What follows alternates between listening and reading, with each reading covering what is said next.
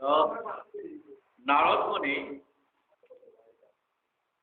বালক ধ্রুবকে উপদেশ দিচ্ছিলেন। প্রথমে তিনি তাকে পরীক্ষা করছিলেন যে এই বয়সে যে ভগবত ভজন সাধন হয় না, কারণ চতুরাশ্রমের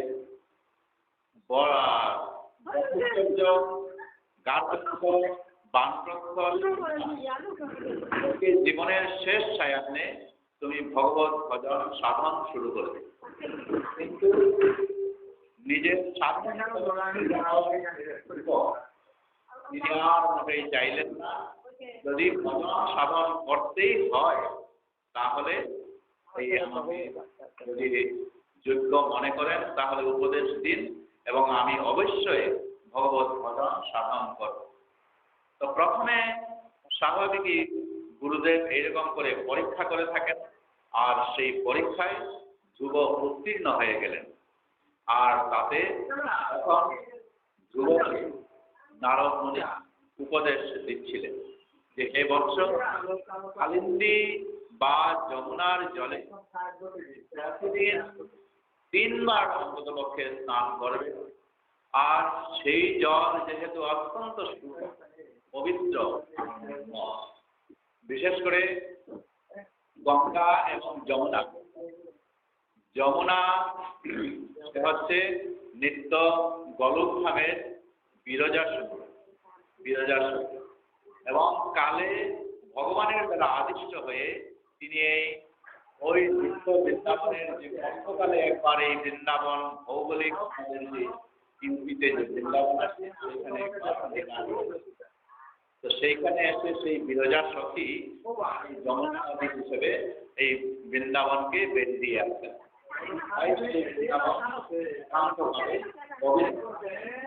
সেই পবিত্র স্থানে তুমি মধুবন বলে একটা জায়গা আছে, সেই মধুবনে তুমি গিয়ে নিত্য নিত্য দিনে 3 বার স্নান করে তুমি ভগবত ভজন।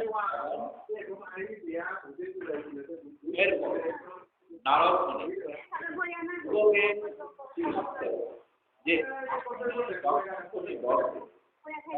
প্রাণায়াম আর এই প্রাণবায়ু মন এবং ইন্দ্রিয়কে এইভাবে সংযত করার মাধ্যমে কলস থেকে সম্পূর্ণরূপে তুমি মুক্ত হয়ে পড়বে এবং ধীরে ধীরে ধৈর্য সহকারে পরমেশ্বর ভগবানের ধ্যান তখন শুরু করবে। এরপর ভগবান ভজন সাধনে কৃপা করে নিশ্চয়ই দেখা দেবেন। তাহলে ভগবানের যে কিরকম এবং ভগবানকে দেখতে কিরকম সেটাও কিন্তু নারদ মুনি আগে থেকে বুঝেছেন যে ভগবানের মুখমণ্ডল অত্যন্ত সুন্দর এবং সবসময় তিনি প্রসন্ন থাকেন, প্রসন্ন বদনে তিনি ভক্তের দৃষ্টিতে তাকে কখনো অপ্রসন্ন বলে মনে হয় না এবং তিনি সর্বদাই ভক্তকে কৃপা করতে প্রস্তুত থাকেন। ভগবানের নয়ন, ভগবানের সুন্দর ভ্রুযুগল, তার উন্নত নাসিকা, তার গণ্ডদেশ অত্যন্ত সুন্দর। তিনি সমস্ত দেবতাদের থেকেও অধিক অধিক সুন্দর। দেবতারা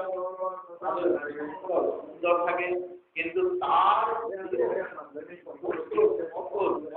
গুণ এই ভগবানের মুখমণ্ডল সুন্দর। বলছেন ধ্রুবকে দেখো, এই জগতের যত সব জীব বার্ধক্যে উপনীত হয়ে থাকে, কিন্তু ভগবান সব সময় তরুণ অবস্থায় থাকে। আমরা এত অবধি ভগবানের যে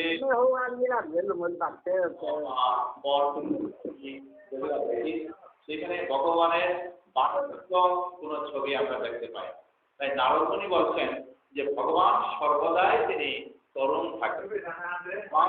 ভগবানের দেহের প্রতিটি অঙ্গ খুব সুন্দর ভাবে এইটা গঠিত আছে। এবং ভগবানের চক্ষু ওষ্ঠ উদর উদীয়মান এবং তিনি সর্বদাই শরণাগতকে যে সৌভাগ্যবান ব্যক্তি যে তাকে ভগবানকে অবলোকন করে তিনি পূর্ণ তৃপ্তি অনুভব করে থাকেন। তাই নারদ মুনি বলছেন যুবকে, হে যুবক, তুমি শরণাগত হয়ে ভগবানের এরকম একজন পার্শ্বদ হওয়ার চেষ্টা কর। ভগবান বলছেন বৎস অঙ্কং ঘনশ্যামং পুরুষং চক্র গদা অভিব্যক্ত চতুর্ভুজম। ভগবান ভজনের মাধ্যমে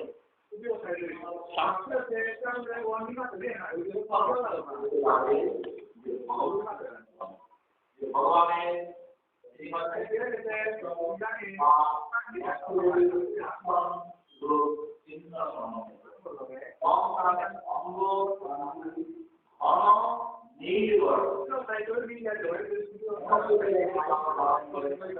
এবং তিনি শঙ্খ চক্র গদা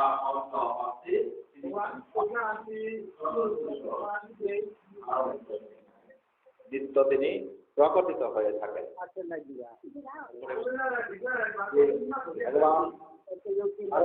তিনি বলছেন কিরীটিনাং কুণ্ডলীনাং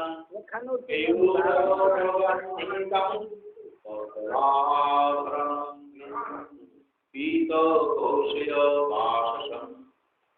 পরমেশ্বর ভগবান শ্রী বাসুদেবের সমগ্র অঙ্গ রত্নে বিভূষিত। তার মাথায় রত্ন খচিত মুকুট, গলায় কণ্ঠহার, হাতে বলয়, তার কণ্ঠে মণি সব সময় শোভা পায়। পীত পট্টবস্ত্র থাকে। ভগবানের কিরকম অবস্থা হবে? এবং নারদ মুনি হচ্ছেন এই যুগের প্রথম গুরু হয়ে গেলেন। গুরুর উদ্দেশ্য হচ্ছে ভগবানকে ধরিয়ে দেওয়া এবং কিভাবে এই ভগবানকে প্রাপ্ত করতে হয় সেটাই তিনি এই ধ্রুবকে বোঝাচ্ছেন।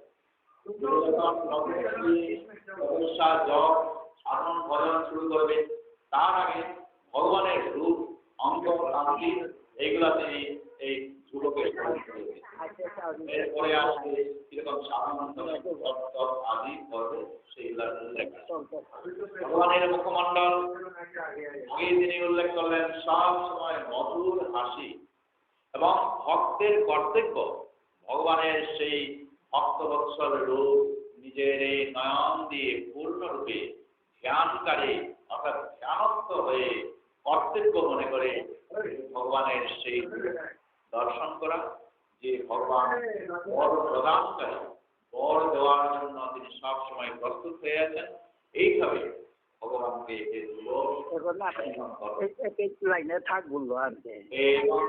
ভগবত রূপম সুভদ্রং ধ্যায়ত মনঃ নির্বিদ্যা পরয়া পূর্ণং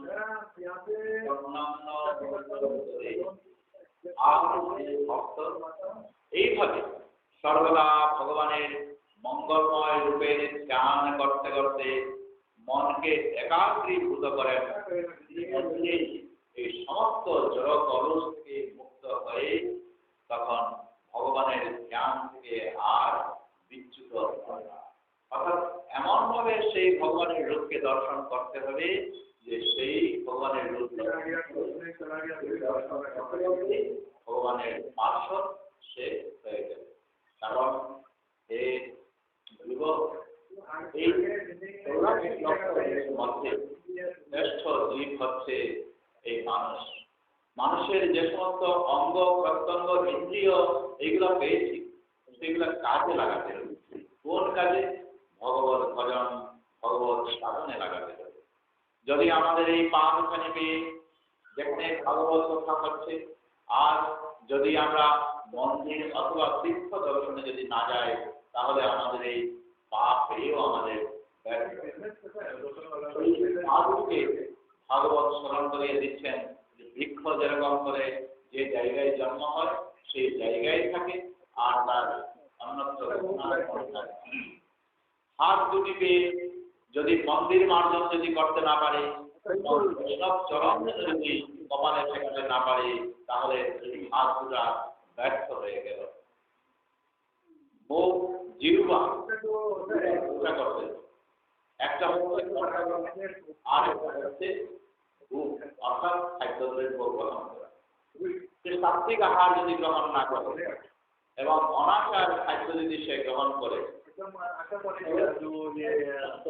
জীবনটাই আর যে আহার করবে সেই অনুসারে তার তামসিক ভাব হয়ে যাবে এবং সেই জিহ্বাকে যদি সে ভগবত কথা না অনুসরণ করে তাহলে জিহ্বা ব্যর্থ। সেটা ব্যাঙকে বলা হচ্ছে সংস্কৃতে দার্দুরি, ব্যাঙের জিহ্বার মতো। ব্যাঙের জিহ্বা কিরকম থাকে? বাইরের দিক থেকে ভিতরের দিকে লাগানো থাকে। যখন পোকামাকড় দেখে তখন সে তার ভিতর দিক থেকে জিহ্বাটা এবং পোকামাকড় নিয়ে করে ঢুকিয়ে দেয়। তখন ঢুকাবার সময় পক পক আওয়াজ করে আর কাল সর্প অপেক্ষা করে থাকে আর এই পক পক আওয়াজ পেয়ে কাল সর্প তাকে এইভাবে নিয়ে যায়।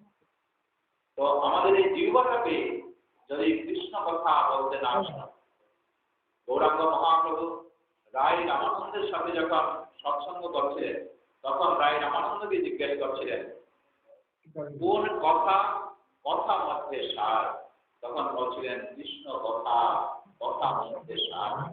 তাই জিহ্বা দিয়ে যদি আমরা এই কৃষ্ণ কথা বলতে না পারি তাহলে আমাদের জিহ্বা ব্যর্থ হয়ে গেল। এই আমাদের মস্তকের মধ্যে কি কি আছে? কান, চোখ, নাসিকা, মগজ, সব আছে। আমরা যদি আমরা যদি ভাগবত কথা শ্রবণ না করতে পারি তাহলে আমাদের গানটাকে ব্যর্থ হয়ে গেল। এই নববিধা ভক্তির মধ্যে সবচাইতে এই শ্রবণটাকে শ্রবণের মাধ্যমে নামে বিরাজ করেন, যেই নাম সেই নামের সহিতে আছেন এই যত আমরা নাম শ্রবণ করব তত তাতে ভগবান আমাদের হৃদয়ে প্রবেশ করবেন এবং ভগবান হৃদয়ে প্রবেশ করে দেবেন। আবার সেই গোবিন্দ চরণে আমাদের এই ইন্দ্রিয় এই যদি আমরা কাজে না লাগাই, এই মস্তক চোখ যদি আমরা যদি জীবন রূপ দর্শন করতে না পারি, যদি বৈষ্ণব দর্শন করতে না পারি তাহলে আমাদের এই চোখও ব্যর্থ। এই অহংকার নিয়ে মাথা যদি আমরা নোয়াতে না পারি সাগরের মধ্যে এটা যদি আমরা মাথা তুলতে পারি তাহলে আমাদের কাজ সিদ্ধ কোনোরকম করে দেখে। তো এই যে সব কিছু শুনিয়ে দিচ্ছেন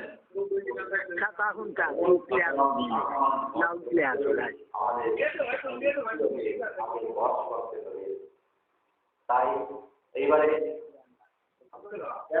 মন্ত্র শিখিয়ে দিচ্ছেন দ্বাদশ অক্ষর, যে মন্ত্র আমি এখন তোমাকে শিখাচ্ছি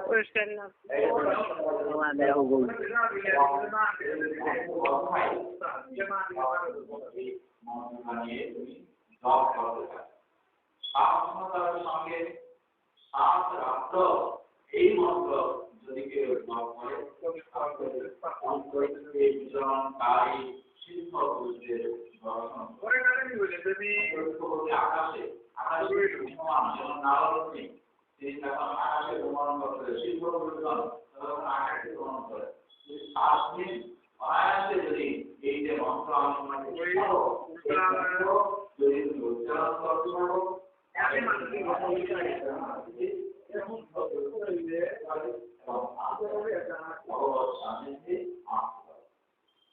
এবার নারদমণি গুরুকে শিখাচ্ছেন ওম নমঃ ভগবতে বাসুদেবায়